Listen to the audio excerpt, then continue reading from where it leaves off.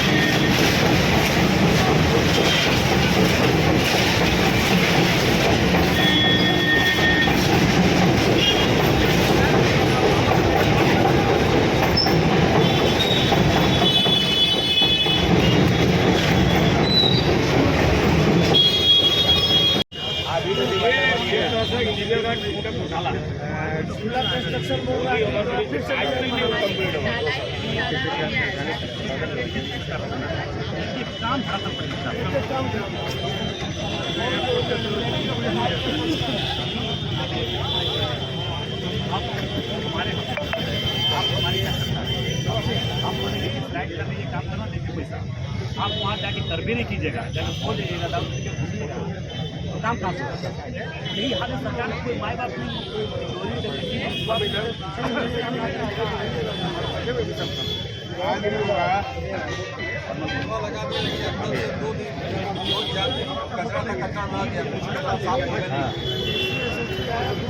गड्ढे भराई का कार्यक्रम किया जा रहा सांसद के द्वारा, क्या ऐसे देख रहे हैं आप लोग इसको? देखिए, आज जो हो रहा है ये जनता की आवाज में, जनता इतनी परेशान। आए दिन आप गया पुल के पास में ये 1 महीने से लगातार बारिश हो रही है। बारिश की वजह से पूरा रोड जो डैमेज था, तो लगातार यहाँ पे ट्रैफिक जाम और एम्बुलेंस तक जाम होता था और कितनी परेशानियां हो रही थी।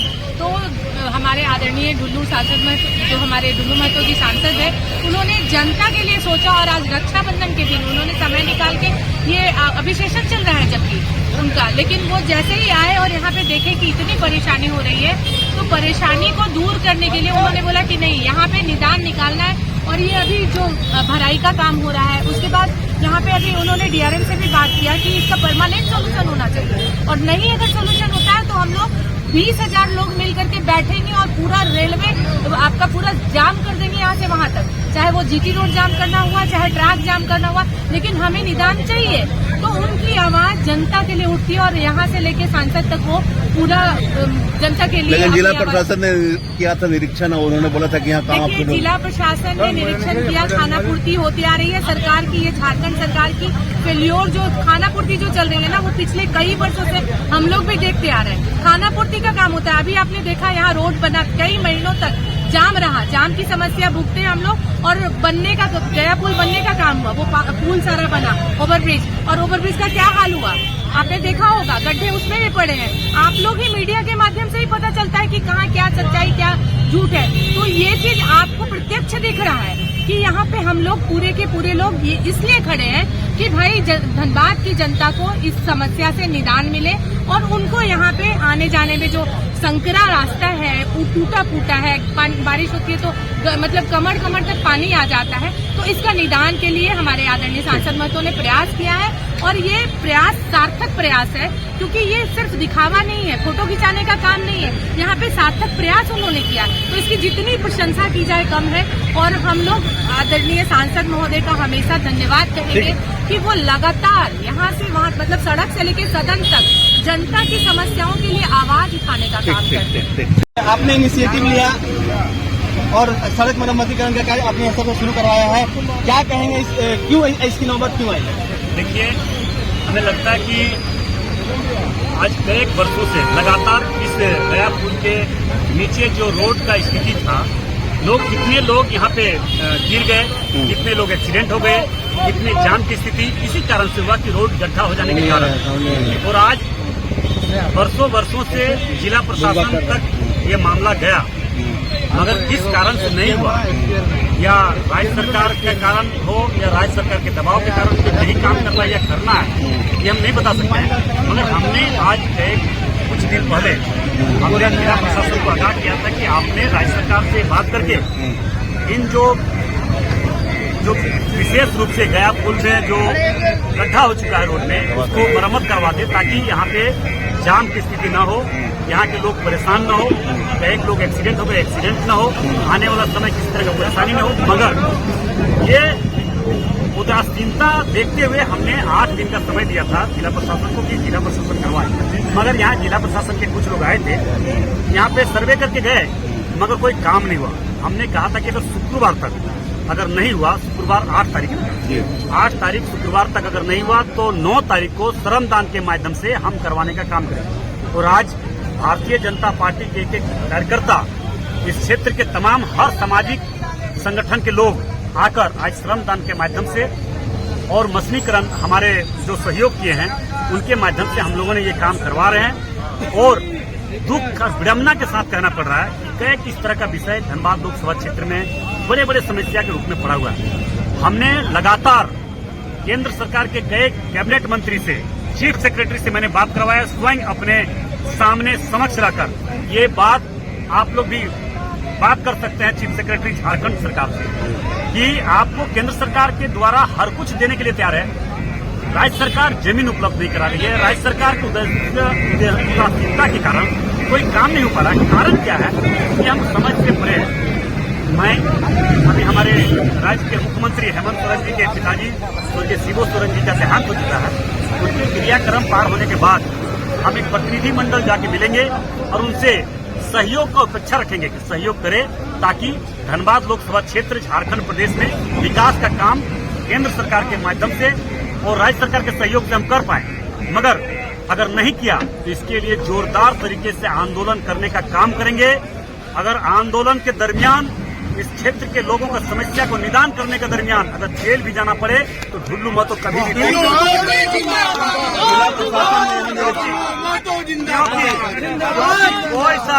वो ऐसा समस्या धनबाद लोकसभा क्षेत्र में जो भी जन समस्या है, जो एक एक समस्या को मैंने विस्तार रूप से केंद्र सरकार के संज्ञान में देने का काम किया। और प्रत्येक दिन आप media, social media, print media के माध्यम से आप देखते होंगे, हमने कई बार कई मंत्री से लगातार चीफ सेक्रेटरी से बात भी करवाए। आप लोग भी चीफ सेक्रेटरी से बात कर सकते हैं। हम कभी झूठ बोलते नहीं है, झूठ का सहारा भी नहीं लेते हैं। झूठ कमजोर आदमी बोलता है, झूठ का सहारा कमजोर आदमी लेता है। हम लड़ने वाले आदमी है, संघर्ष करने वाले आदमी है।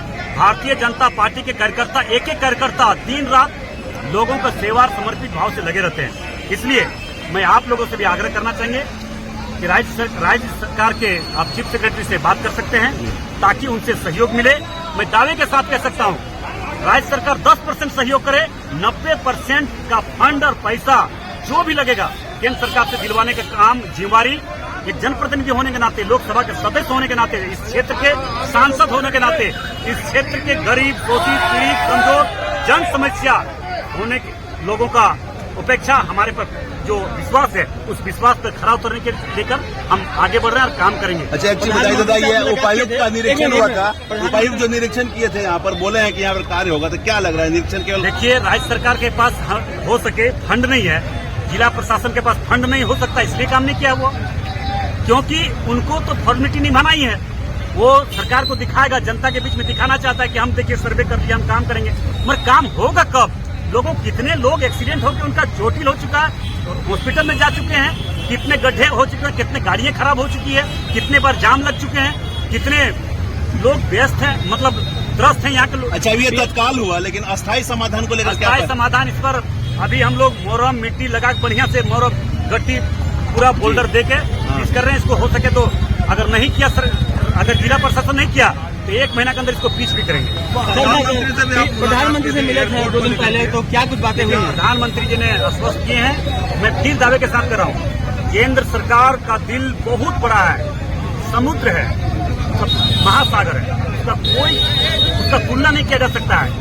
केंद्र सरकार ने कह दिया है कि अगर राज्य सरकार हमको जमीन उपलब्ध कराए तो कोई ऐसा काम नहीं जो हम नहीं करेंगे, पर जमीन उपलब्ध कराना राज्य सरकार का दायित्व बनता है, जिम्मेवारी बनता है। हमने भी व्यक्तिगत रूप से कई बार पूर्व वहाँ के डीसी महोदया से भी बात किए थे, वर्तमान डीसी से भी बात किए हैं, प्रधानमंत्री जी भी के संज्ञान में हमने दे दिया। प्रधानमंत्री जी ने स्वयं खुद अपने पीएस को बुलाकर उन्होंने कहा कि इसको तुरंत करो, कैसे कार्रवाई हो।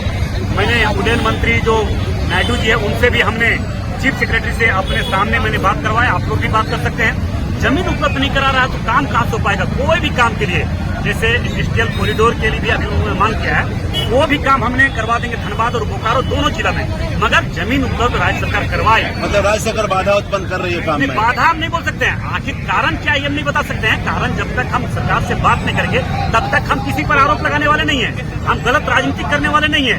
बस हम सहयोग को अपेक्षा रखते हैं, सहयोग का आशा रखते हैं कि राज्य सरकार सहयोग करे। हम काम करने वाले व्यक्ति, हम सांसद बने हैं, हम यहाँ पे गरीब शोषित पीड़ित इस क्षेत्र के जनभावना के साथ हम खिलवाड़ नहीं कर सकते हैं। हमारे धनबाद लोकसभा क्षेत्र के लगभग 27 लाख लोगों का आशीर्वाद से हम सांसद बने हैं, उनका आशीर्वाद हम व्यर्थ नहीं जाने देंगे। उनको जिस प्रकार से हमें आशीर्वाद दिया है, उनका हर एक आशा के प्रति हम खरा उतरने का काम करेंगे। समस्या के प्रति चुनौती के रूप में जो समस्या है उसको चुनौती के रूप में लेंगे, समाधान भी करने का प्रयास करेंगे। आप लोगों से भी मेरा आग्रह होगा, कौन क्या बोल रहा नहीं बोल रहा उस पर हमको नहीं जाना है, हमें काम करना है। काम करने के लिए भी आपसे भी सहयोग चाहिए। तमाम देवतुल्य धनबाद लोकसभा क्षेत्र के तमाम देवतुल्य जनता से भी मुझे आशीर्वाद चाहिए और सरकार से भी हमें सहयोग चाहिए। मुझे पूरा विश्वास है कि अगर कोई भी जनप्रतिनिधि अगर काम करने के लिए इच्छुक है, काम करने की इच्छा रखता है, तो ऐसे जनप्रतिनिधि का सहयोग किसी न किसी रूप में करना चाहिए। अंडरपास का जो नया जो अंडरपास बन रहा है उसमें भी अप्रूवल का मामला भी सामने आ रहा है, वो भी टेंडर हो चुका है, लगभग टेंडर हो चुका है। रेलवे से ज्यादा भी अप्रूवल का लफड़ा पूछा। देखिए, नियम में क्या है, नियम में है कि 2 साल अगर डीपीआर उसका जो डीपीआर बनता है 2 साल हो जाता है तो फिर से डीपीआर उसको बनाया जाता है, तो डीपीआर बन जाए उसका नक्शा फिर से किस तरह से उसका संशोधन करेगा ये हम नहीं बता सकते। नक्शा का संशोधन होगा तो उस पर काम करेगा। ये टेंडर हो चुका है, नक्शा हमें लगता है डीआरएम से अभी तुरंत हमने 5 मिनट पहले बात किया, डीआरएम साहब ने भी आश्वासन दिया कि 7 दिनों के अंदर इसका क्या प्रक्रिया हुआ है, कहाँ तक हुआ है, कितना जल्दी हम करवाएंगे, ये आश्वासन दिए, ये भी करेंगे। और मैंने स्पष्ट शब्दों में कहा है कि जो भी समस्या है, चाहे रेल का हो, चाहे रोड का हो, चाहे बिजली का हो, पानी का, जो केंद्र सरकार से संबंधित है, उन एक समस्या उस विषय को हमारा भी देखने का कर्तव्य बनता है, क्योंकि हम इस क्षेत्र से सांसद हैं, तो हमारा भी जवाबदेही बनता है, जिम्मेवारी बनता है। अगर केंद्र सरकार पैसा यहाँ पे भेज रहा है तो वो धरातल पर उतर रहा है कि नहीं, जनता के हित में लग रहा है कि नहीं, जनता के उपयोग में आ रहा है कि नहीं, ये देखना मेरा काम है। हम उसको चुपचाप नहीं बैठेंगे कि हम चुपचाप बैठ के तमाशा देखते रहेंगे और केंद्र सरकार का पैसा लूटने के लिए छूट बना के रखेंगे, ये कभी नहीं हो सकता है। वैसे लोग पर कार्रवाई केंद्र सरकार करने के लिए भी तैयार है। अगर पैसा का दुरुपयोग कोई करे, पैसा पर कोई बंदरबांट करने का प्रयास करे, तो कतई उससे बर्दाश्त नहीं किया जाएगा, उसको जेल जाने के लिए तैयार रहना है।